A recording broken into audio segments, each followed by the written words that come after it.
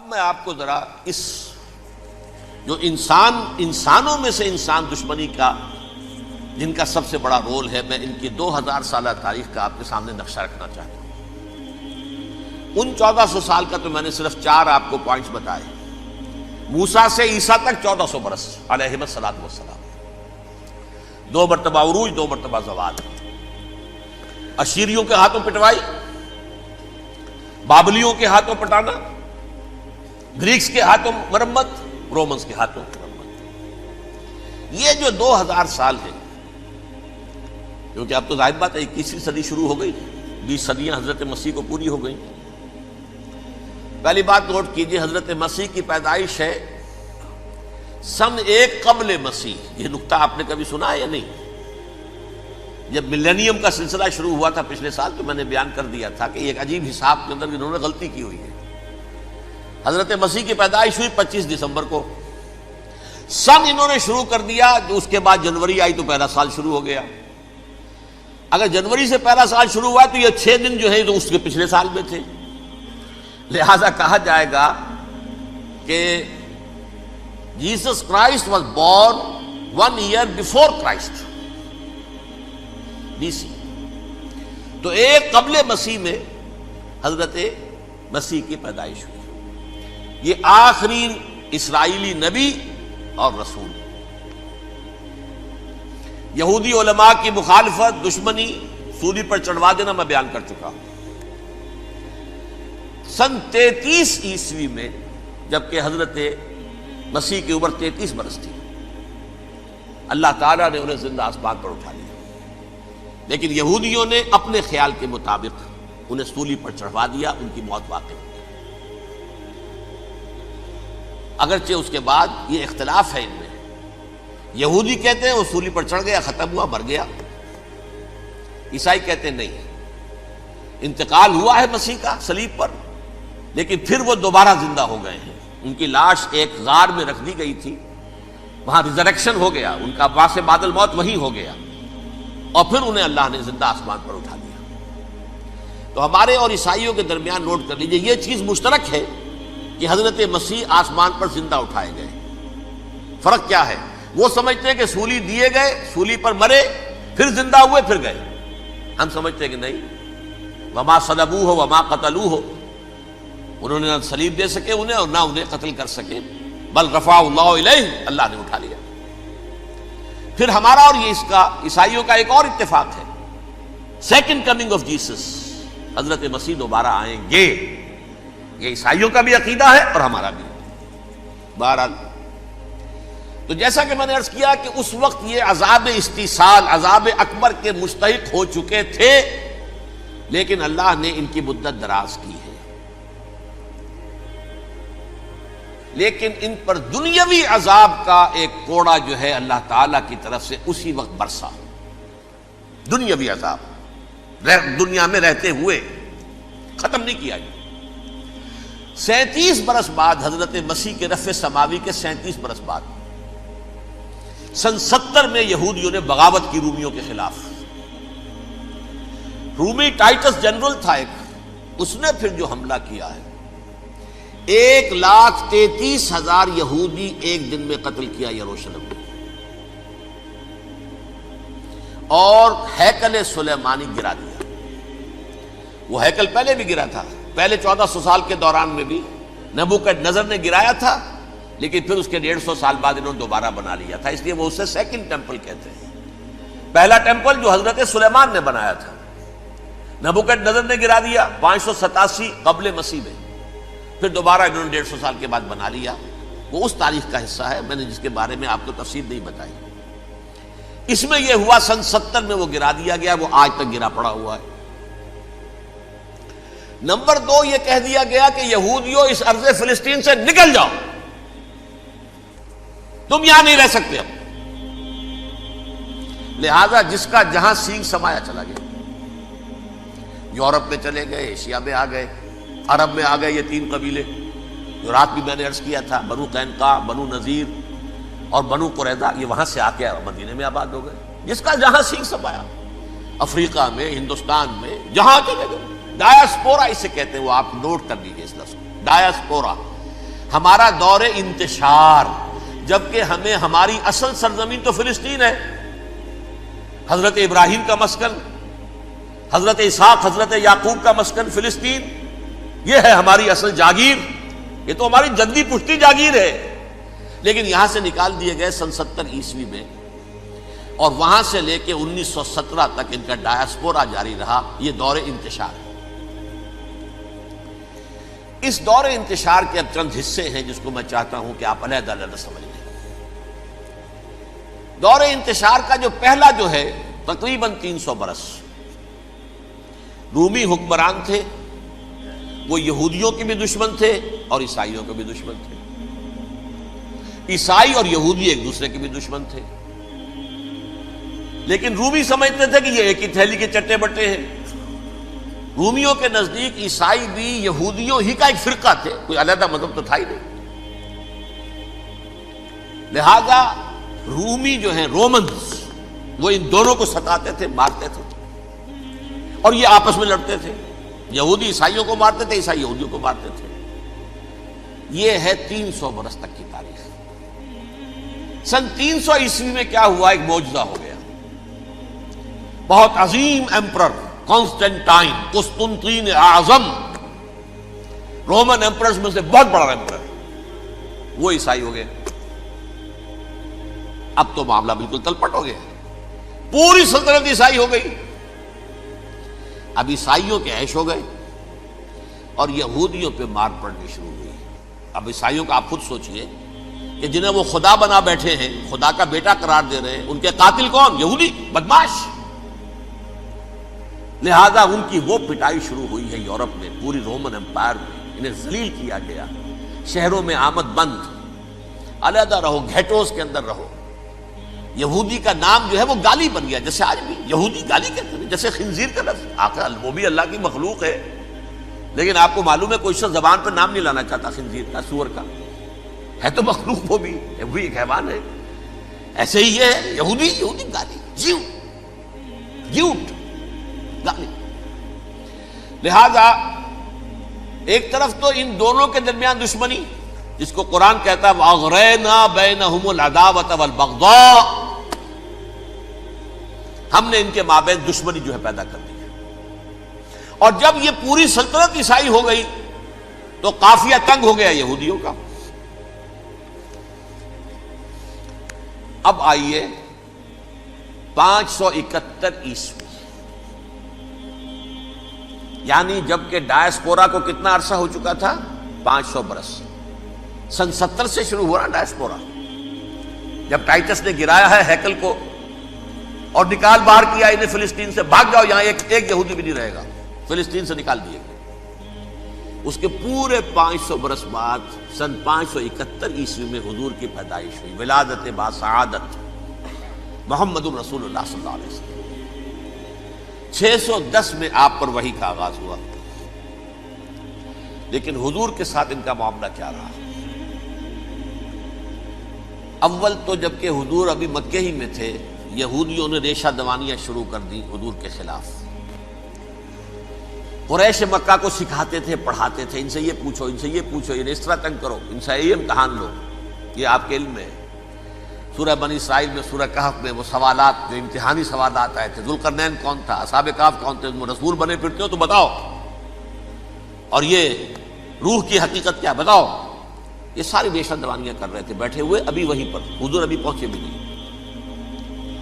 ہجرت فرما کر حضور تشریف لے آئے تو حضور نے، جسے ماسٹر سٹروک کہا جائے گا، یعنی اسٹیٹس مین شپ کا ماسٹر سٹروک، آپ نے مدینے میں آتے یہودیوں کے ساتھ پیکٹ کر دیا، جوائنٹ ڈیفنس پیکٹ آف مدینہ، کہ اگر مکے والے ہم پر حملہ کریں گے تو ہم مل جل کر ایک قوم کی حیثیت سے مقابلہ کریں گے۔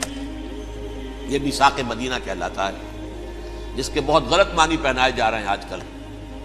بہرحال میں موضوع میرا چونکہ یہ نہیں، میں ادھر نہیں جاؤں گا، لیکن ہوا کیا؟ ہر مرتبہ یہ خیانت کے مرتکب ہوئے،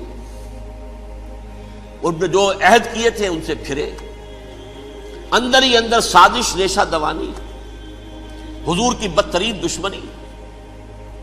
سورہ نساء کی آیت نمبر 12 میں 13 میں فرمایا ہے لا تزال تطلع علی خائنۃ منہم، اے نبی ہمیشہ آپ کے علم میں ان کی طرف سے خیانتیں، بددیانتیاں آتی رہیں گی.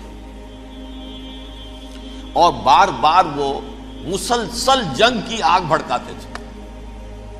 قریش کو دعوت دیتے، آؤ آؤ آؤ ہم اندر سے بغاوت کر دیں گے، تم آؤ تو صحیح، ختم کریں محمد کو اور اہل ایمان کو صلی اللہ علیہ وسلم ورضی اللہ تعالی عنہم اجمعین. لیکن پھر جب وہ آتے تھے تو یہ دبک جاتے تھے، ان میں ہمت نہیں تھی. میدان کے مرد نہیں رہے تھے. یہ سورہ حشر میں ان کا نقشہ کھینچا گیا ہے. کھلے میدان میں مقابلے کی اس کے اندر صلاحیت ہی نہیں. یہ تو فصیلوں کے پیچھے سے، جیسے عورتیں کہیں دیہات میں لڑائی ہوتی ہے تو مرد جو ہے گلیوں میں لڑتے ہیں، عورتیں اوپر سے پتھر پھینکتی ہیں، بس وہ کام یہ کر سکتے تھے. من ورائے جدر، فصیلوں کے پیچھے سے، جنگ میں میدان میں نہیں آ سکتے. بہرحال قرآن مجید میں ہے یہ سورہ مائدہ کی آیت نمبر 64، کلما اوقدوا نارا للحرب اطفاها اللہ. اکثر و بیشتر مواقع پر تو یہ جب آگ بھڑکاتے تھے جنگ کی، اللہ اسے بجھا دیتا تھا. لیکن بہرحال اس کے باوجود جنگیں ہوئی، غزوہ بدر، غزوہ احد ہوئی کہ نہیں؟ یہ ساری اس اصل شرارت میں. اور اس کے نتیجے میں حضور نے پھر ایک ایک کر کے 3 قبیلوں کو سزا دی. غزوہ بدر کے فوراً بعد بنو قینقاع نکالے گئے مدینے سے، غزوہ احد کے فوراً بعد بنو نذیر نکالے گئے، اور غزوہ احزاب کے بعد بنو قریظہ نکال دیے گئے. یہ تو میں نے آپ کے سامنے رکھ دیا صرف حضور کے زمانے میں ان کا کیا رویہ رہا. دشمن، رات بھی ہم نے وہ آیت پڑھی تھی، لَتَجِدَنَّ أَشَدَّ النَّاسِ عَدَاوَةً لِلَّذِينَ آمَنُوا الْيَهُودُ وَالَّذِينَ أَشْرَكُوا. اہل ایمان کی دشمنی میں شدید ترین تم پاؤ گے یہودیوں کو اور مشرکین. مشرکین بھی بعد میں ہے، پہلے یہودی. حضور کے بعد کیا ہوا اب یہ نوٹ کیجئے، یہ ان کی تاریخ کا دوسرا دور. حضرت عمر رضی اللہ تعالیٰ عنہ قائد خلافت ہے. بیت المقدس کا محاصرہ کیا گیا، فصیل بڑی اونچی، شہر اندر سے سیلف سفیشینٹ، حملے کا راستہ کوئی نہیں. محاصرہ طول کھینچ رہا ہے لیکن ان کے پاس رسد بھی موجود ہے، پانی بھی موجود ہے، وہ دروازے بند کر کے بیٹھے ہوئے ہیں. بالآخر اللہ تعالیٰ کی مشیت کا ظہور کیسے ہوا؟ ان کے کچھ علماء آئے فصیل پر، کہا دیکھو مسلمانوں، تم قیامت تک بھی یہاں پڑے رہو گے محاصرہ کر کے، ہمارا یہ شہر فتح نہیں ہوگا. ہاں ایک درویش بادشاہ کے ہاتھوں یہ شہر فتح ہونا ہے، لیکن تمہارے اندر ہمیں وہ نظر نہیں آ رہا.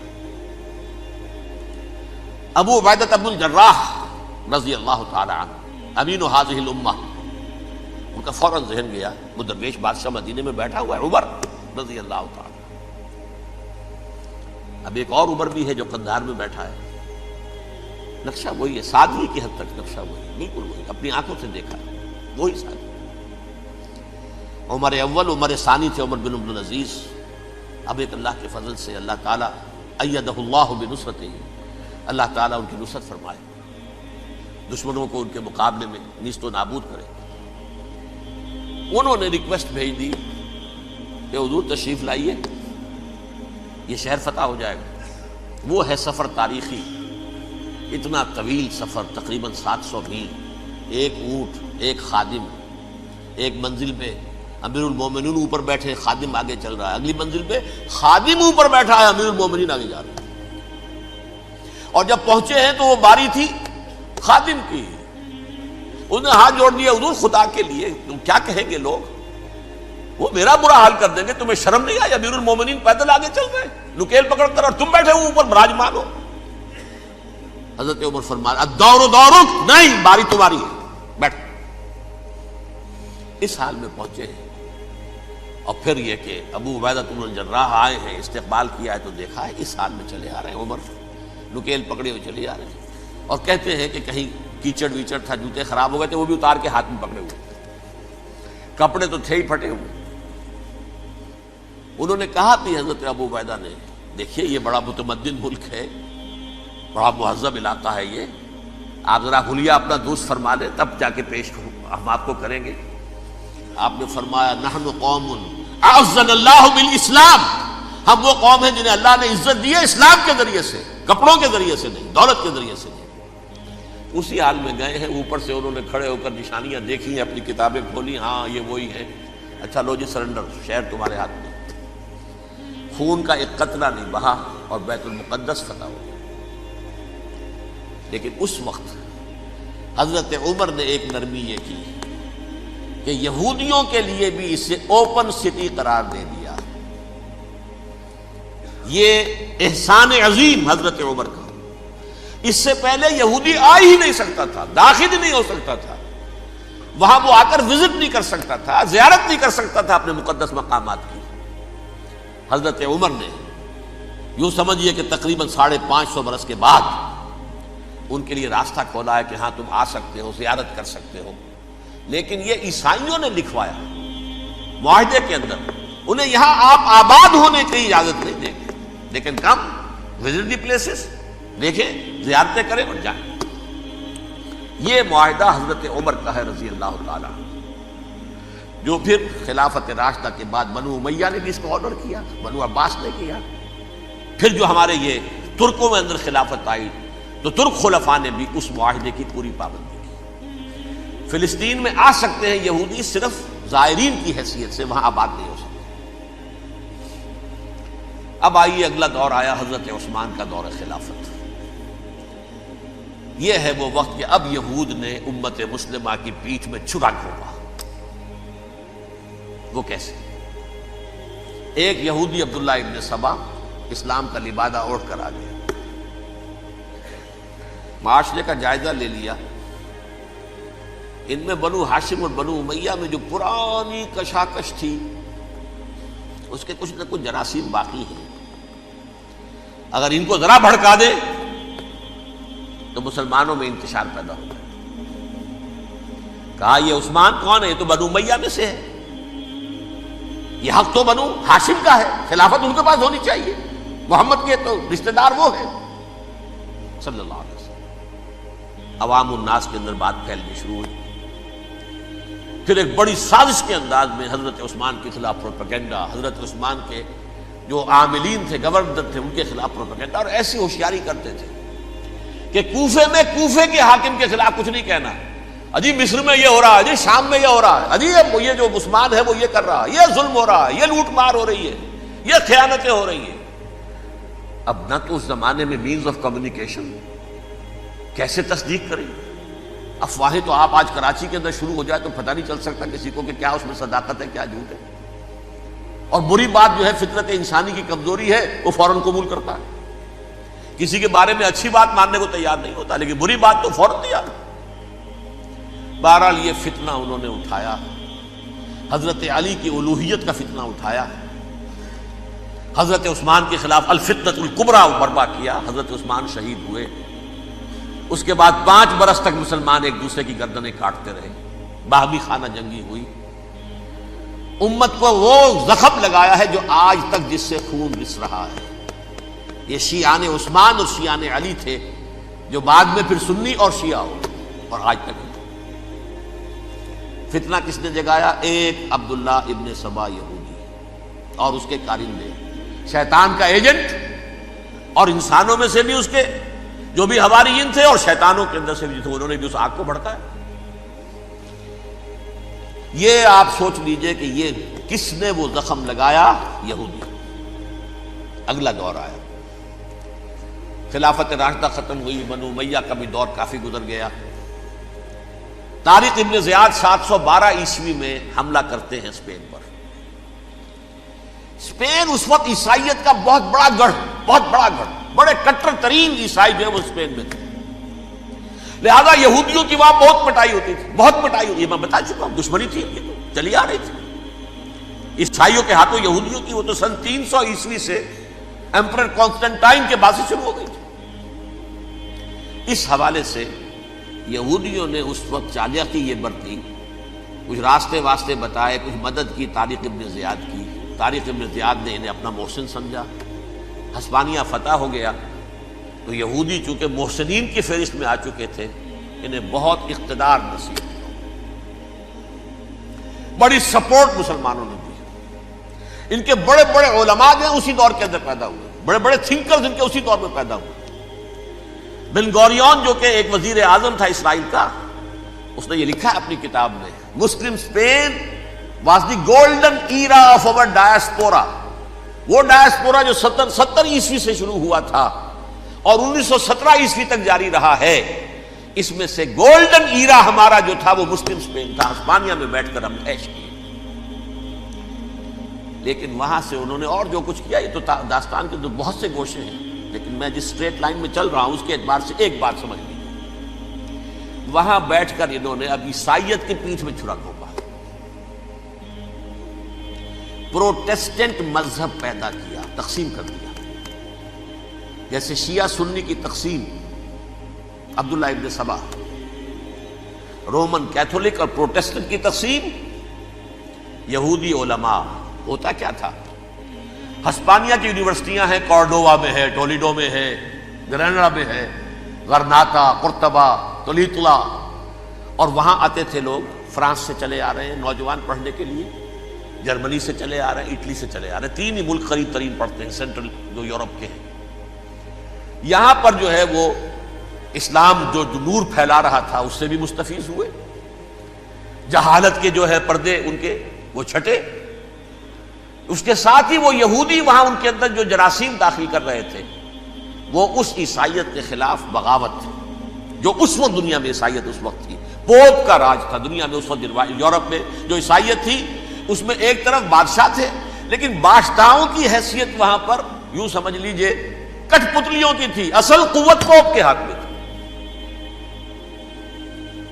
اور پوپ کو انہوں نے جیسے قرآن نے کہا اتخذوا احبارهم ورهبانهم اربابا من دون اللہ، کیونکہ سینٹ پال نے شریعت موسوی ساقط کر دی تھی تو اب شریعت تھی ہی نہیں، پوپ کو اختیار تھا جس چیز کو چاہے حلال قرار دے دے، جس چیز کو چاہے حرام قرار دے دے۔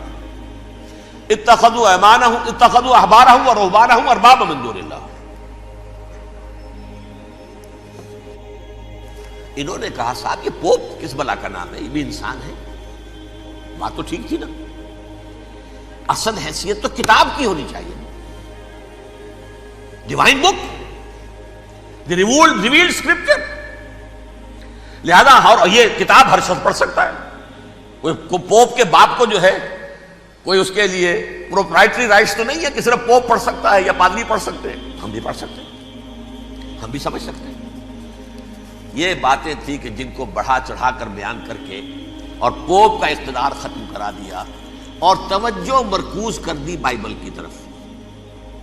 اب بائبل میں بڑا حصہ تو اولڈ ٹیسٹامنٹ کا ہے،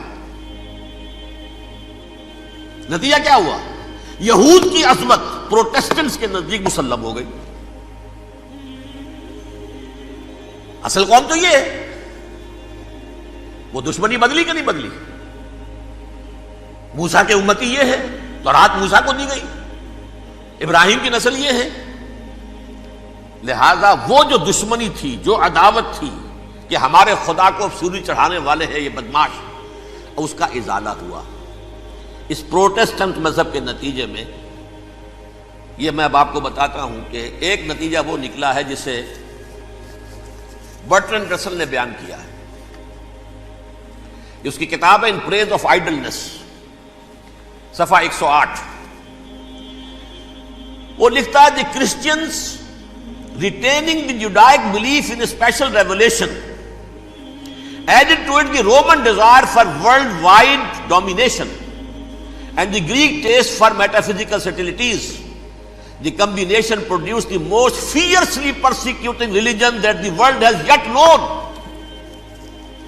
یہ 3 چیزیں آ کر عیسائیت میں مل گئی۔ ایک تو جب یہ اولڈ ٹیسٹامنٹ جو ہے وہ ان کے ہاتھ میں آ گئی، اور اس کے میں کچھ آپ کو بتا دیتا ہوں کہ اولڈ ٹیسٹامنٹ کی تعلیمات، کیونکہ یہ اولڈ ٹیسٹامنٹ جو ہے یہ محرف تھی، اصل تورات تو گم ہو گئی تھی 587 قبل مسیح میں، جب پہلی مرتبہ ہیکل جو ہے تباہ ہوا ہے اس وقت ختم ہو گئی تھی۔ اس کے کوئی 150 سال کے بعد انہوں نے یادداشتوں سے مرتب کر کے لکھی ہے، اب اس میں ان کے اپنے خیالات، اپنے امانی، اپنی توجیحات وہ شامل ہو گئی۔ لہذا میں آپ کو حوالے دیتا ہوں، اس کتاب کے اندر مظالم کی جو تعلیم دی گئی ہے، اہل کتاب نے اپنے مظالم قتل عام کے جواز کے لیے تورات میں تبدیلیاں کی اور پیغمبروں پر دہشت ناکی اور بدترین حرام کاری کے الزامات لگائے. سنیے، پہلا حوالہ ہے یہ گنتی باب 31 آیات 17-18. اس لیے ان بچوں میں جتنے لڑکے ہیں سب کو مار ڈالو، اور جتنی عورتیں مرد کا منہ دیکھ چکی ہیں ان کو بھی قتل کر ڈالو، لیکن ان لڑکیوں کو جو مرد سے واقف نہیں اور اچھوتی ہیں اپنے لیے زندہ رکھو. یہ کسی اللہ کی کتاب کا یہ جملہ ہو سکتا ہے؟ کسی ریویل بک کا؟ اور سنیے، یہ ہے استثناء ڈیٹرانومی باب 20 آیت 16-18. پر ان قوموں کے شہروں میں جن کو خداوند تیرا خدا میراث کے طور پر تجھ کو دیتا ہے، کسی ذی نفس کو جیتا نہ بچا رکھنا، جیسا خداوند تیرے خدا نے تجھ کو حکم دیا بالکل نیست کر دینا. مرد، عورتیں، بچے، بوڑھے سب ختم. یہ کتاب مقدس ہے. اور سنیے، سموئیل باب 27 آیت نمبر 9. اور داؤد نے اس سرزمین کو تباہ کر ڈالا اور عورت مرد کسی کو جیتا نہ چھوڑا. نمبر 4، ان سب آباد شہروں کو ماں، عورتوں اور بچوں کے بالکل نابود کر ڈالا. کتاب استثناء باب 3 آیت 6. یہ ہے جو کہہ رہا ہے برٹرنڈ رسل، کرسچینٹی میں آ کر یہ تین چیزیں شامل ہو گئی. ایک تو یہ باربیرین یہ تعلیم جو ہے، اور یہ مذہب کے نام پہ تعلیم، یہ کتاب مقدس کی تعلیم. نمبر 2، رومنز کے اندر جو ایک تمنا تھی ورلڈ ڈومینیشن کی، وہ عیسائیت کے اندر آ گئی. اس لیے کہ پوری رومن امپائر جو ہے عیسائی ہو گئی، تو اسے وراثت کے اندر ورلڈ ڈومینیشن کی جو ایک تمنا تھی وہ مل گئی. اور پھر یہ کہ انہوں نے جو توہمات تھے یونانیوں کے، ان کو بھی اپنے ہاں مختلف شکلوں کے اندر جمع کر لیا.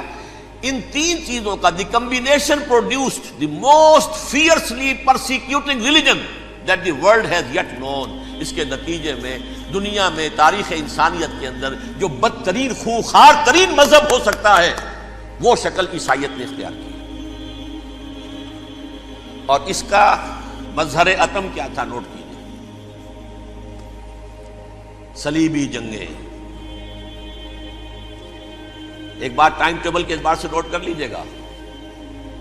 فرسٹ ملینیم ختم ہوا، سیکنڈ شروع ہوا. ان کے 1000 سال ختم ہوئے تو 11ویں صدی میں سیکنڈ ملینیم شروع ہوا، تو پہلی صلیبی جنگیں ہوئی. لاکھوں مسلمان قتل کیے. صرف یروشلم کے اندر اتنا خون بہایا ہے کہ خود ان کے ہسٹورینز لکھتے ہیں کہ جب ان صلیبیوں نے جب گھوڑوں کے ساتھ وہ چل رہے تھے گلیوں میں، تو ان کے گھوڑوں کے گھٹنوں تک خون کی ندی بہ رہی تھی. جہاں سے گزرے ختم کرتے چلے گئے، آبادیاں کی آبادیاں ختم کر. اگرچہ اس کروسیڈ میں گیہوں کے ساتھ گھن بھی پسا، یہودی بھی بہت مارے گئے.